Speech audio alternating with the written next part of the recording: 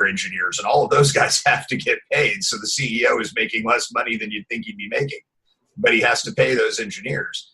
So it's just, I think that's really what gets to it. It's that believing that the end result is going to happen faster than it is, being inflexible to pivot, and then getting paralyzed by that image of perfectionism. That idea that I want this is my baby. My baby's going to be perfect the minute that I bring it out of the room. Sure. So what maybe would be some roadblocks that you would warn people to be keeping their eyes out for that you've discovered, in your experience? Roadblocks, and then also after that, kind of on the flip side of it is some resources that tell people to look for. Well, one of the first ones is somebody's always going to doubt your dream or kind of down on it. That's going to happen regardless, whether you're baking cookies or you're writing. As a guy in a project now that's very much me being a writer, I always hear the quote of Ecclesiastes, "There's nothing new under the sun." And I never hear it from someone trying to encourage me. I hear it from someone going, "Oh yeah, that's a great idea, but there's nothing new under the sun." So I always tell people, I go, "How do you get past it?" I go, "Well, I just look at them and they go, yeah, except the way that I'm going to tell it. There's never been me, and this is my way of telling that same story." So I think you're going to encounter that. Some people are just not going to get it, or they're going to kind of passively down on your dream. That's going to happen. It happened to me. It happens to every entrepreneur I know. You're going to have to make a pivot. I've had to make pivots with this project. I don't think any business starts and progresses on a perfect straight line. You're going to have to make a pivot, and some things are going to shift and change. When I started this, I thought Facebook would be my primary source for readership, and it actually turned out to be LinkedIn by a lot. Like LinkedIn represents 90% of my website traffic comes via LinkedIn. I would have thought I would have been more popular on Facebook or Instagram or Twitter. Nope, it's all LinkedIn traffic. The numbers are staggering. Interesting. Yeah, so that was just, I went, okay, well, clearly I have to spend a little more time hyping myself up on LinkedIn because that's where everybody's looking. So you're going to have to make those pivots. I think that's just a roadblock people need to get through. And then every once in a while, you're going to encounter a situation you just can't work with, and you need to know when to walk away. As I've been doing this, like I said, we've had other people who wanted to try this up in other places. And sometimes when I talk to them and I'm trying to work with them, they just don't get it. They don't get the vision. They don't understand this idea of really studying how authentic human relationships are made. And we can't do anything about it. Doesn't make them bad people. They just don't get it. So you have to learn to walk away from that. As far as resources, I'm a humongous fan. My daily motivational is almost always Gary Vaynerchuk. I'm a huge fan of Gary V. I like his no-nonsense style and the way he really cuts to the chase and just says, look, just do what you're doing.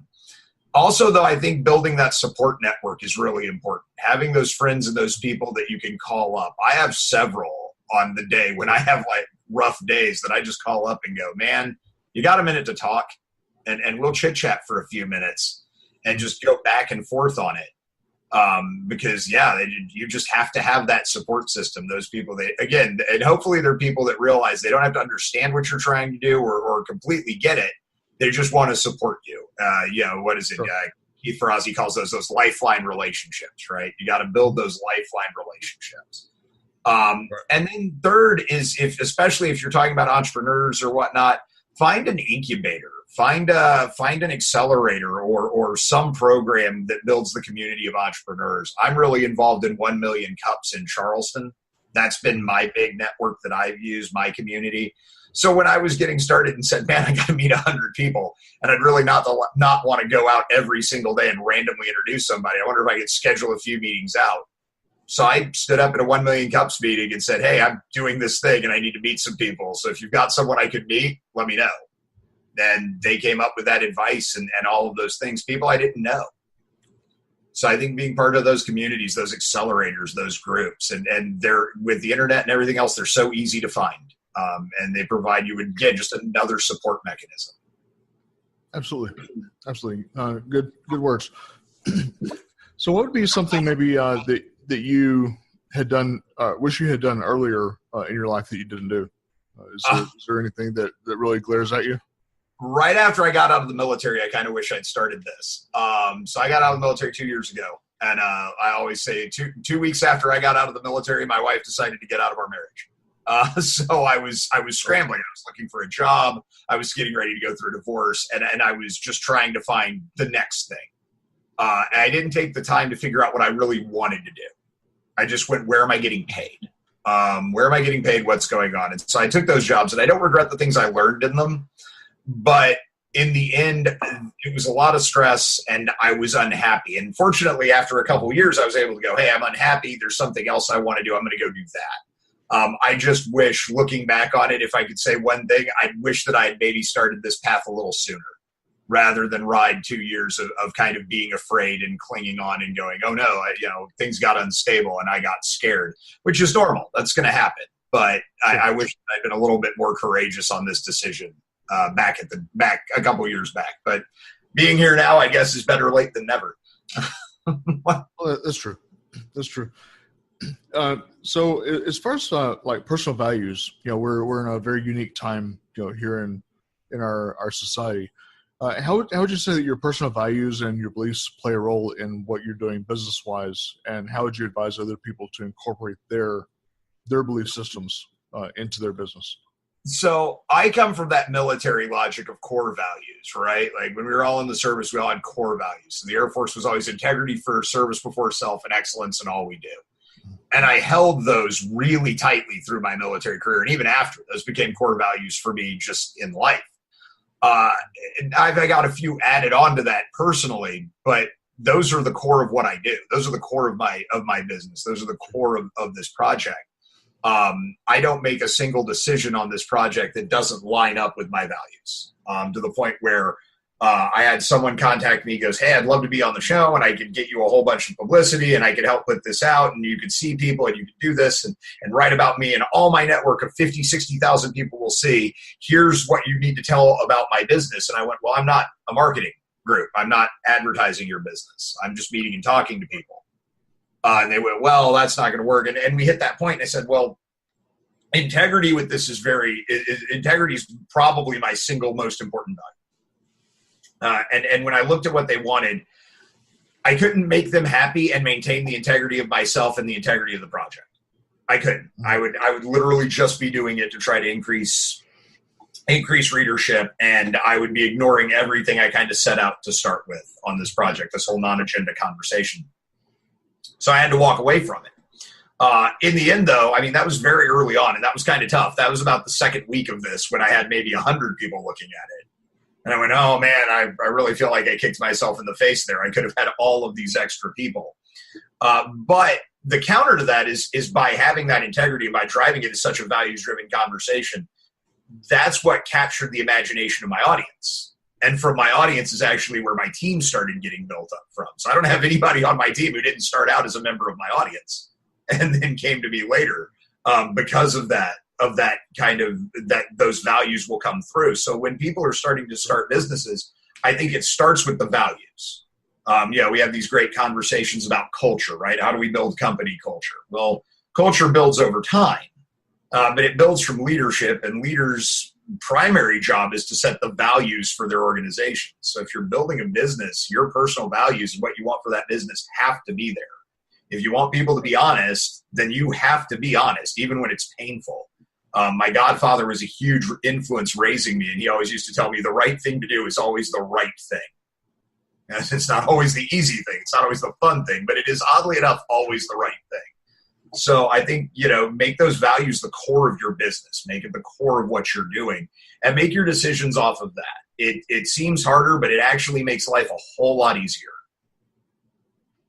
Yeah, that's true. And so often, I will encourage people, to just remember that, you only should be doing business with people that agree with what your value system is.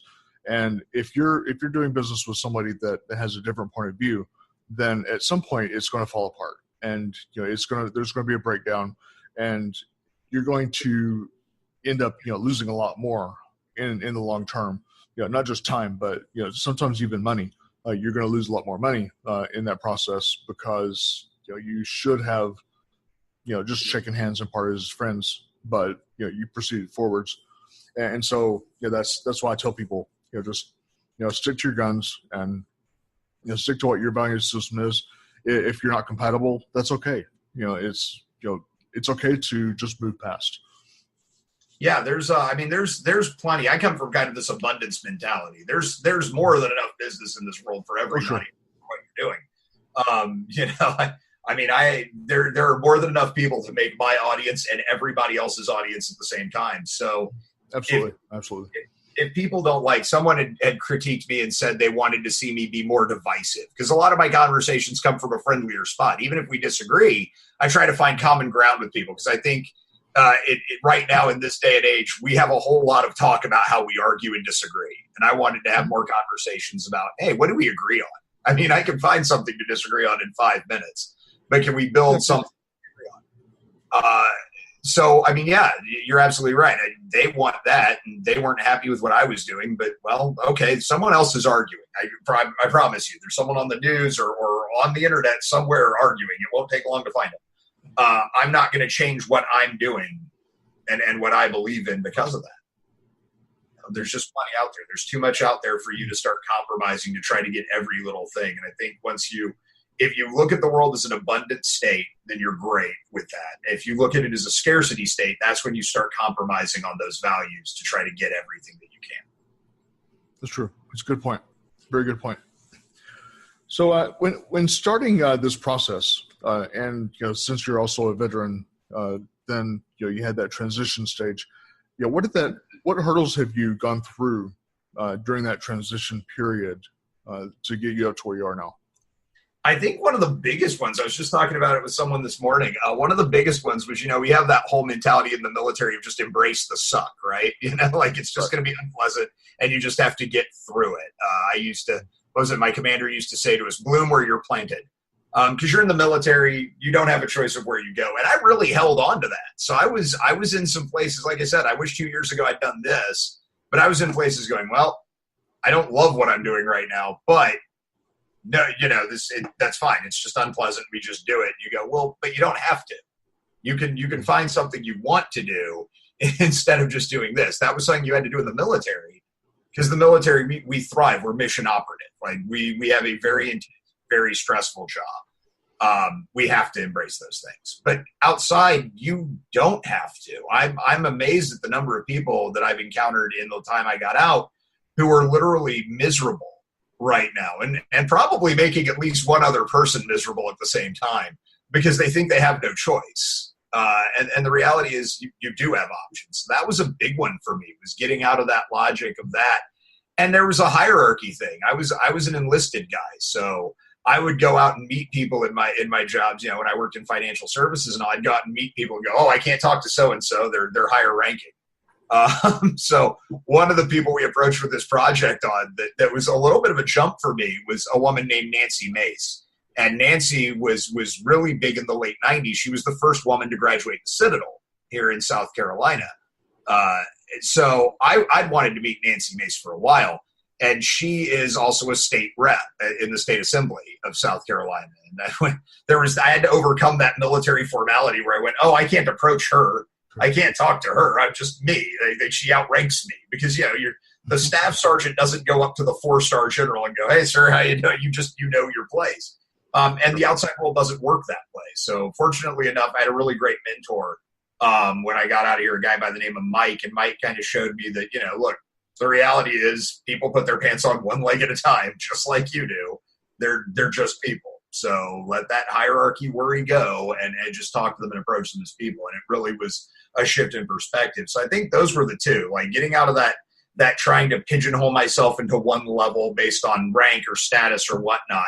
And then that real challenge of, embracing the negative and saying, well, this is what I have to do, so I'll just stay here.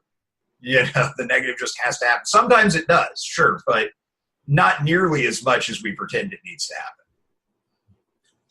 So did you sort of stumble upon that, or was it obvious, that answer?